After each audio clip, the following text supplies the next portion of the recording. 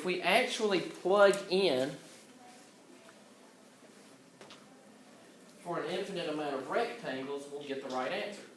Well, how do we do that? How do we plug in infinity? Well, let's go back to our favorite problem, 1 minus x squared. Okay? We're going to 1 minus x squared. That's been our problem we've started with. And we're still going to go from 0 to 1. But we want to find this area beneath it. But this time, we're going to have n partitions, okay? So I'm going to say I equals 1 to n of, and this is going to be the limit as n approaches infinity, because we love limits, of I equals 1 to n. Now, if we have n partitions, what would be the width of each partition? 1 over n. Because it would be b minus a over n. So I'm going to have 1 over n partitions.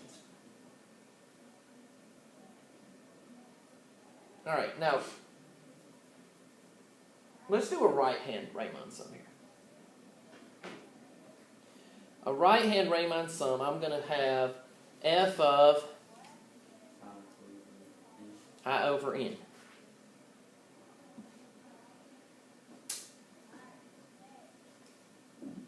Are we good with that?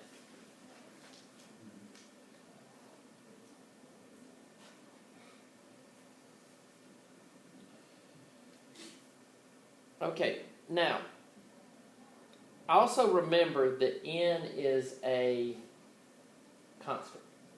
Because we've been having like 10 here, 10 was a constant. We pulled it out and so forth. So n is a constant, so I can actually pull that out.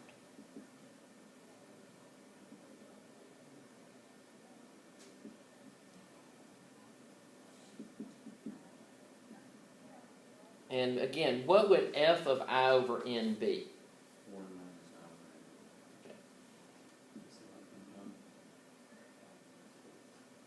1 minus I over n squared. Yeah, it's the original equation. I'm trying to find f of I over n. Do you have a question on this? Okay. Okay.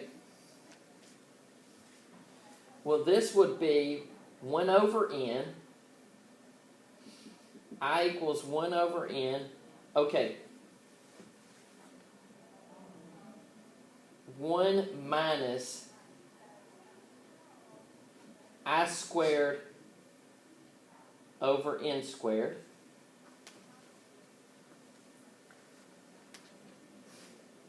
Are we still good with that? Okay. Now, I'm going to break this up. I'll tell you what, let's get a common denominator and do this. This would be n squared over n squared. Are y'all with me? Okay.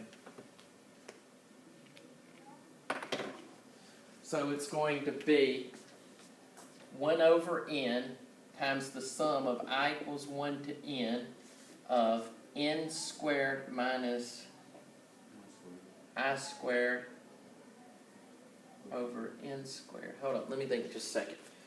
That, I'll tell you what, I'm not going to do that after all. That's going to make a little more work than what I want.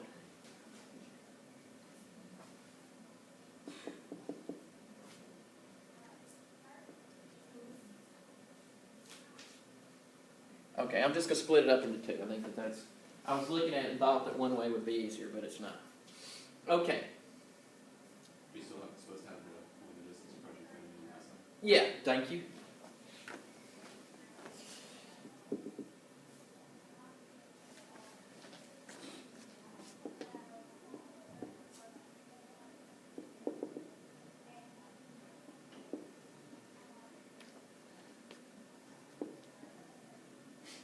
All right, n, this would just be n. right here, right?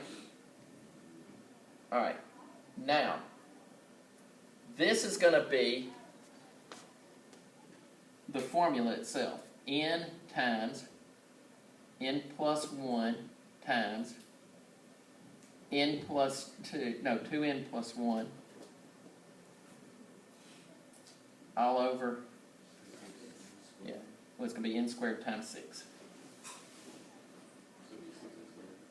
Yeah, but I'm going to factor out that n squared in just a second anyway. Oh, okay.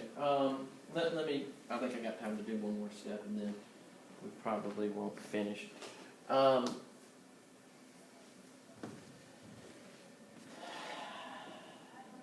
going to get a common denominator right here.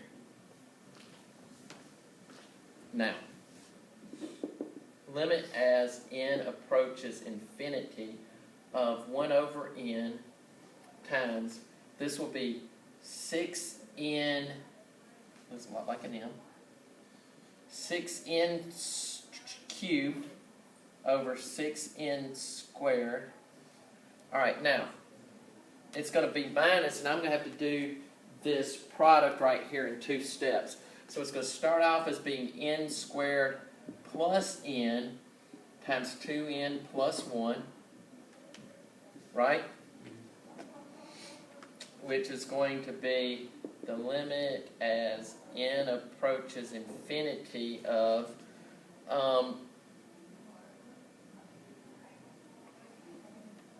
this will be 6n cubed, all right, minus, all right, n squared times 2n is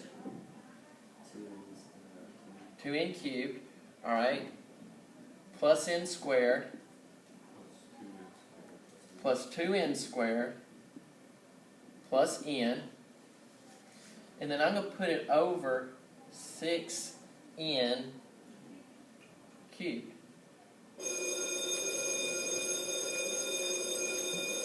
Okay, I guess all I want you to do for homework is to reduce this down and see if you can come up with what the answer is. It's fixing to be like the parent formula for all of this. I don't know.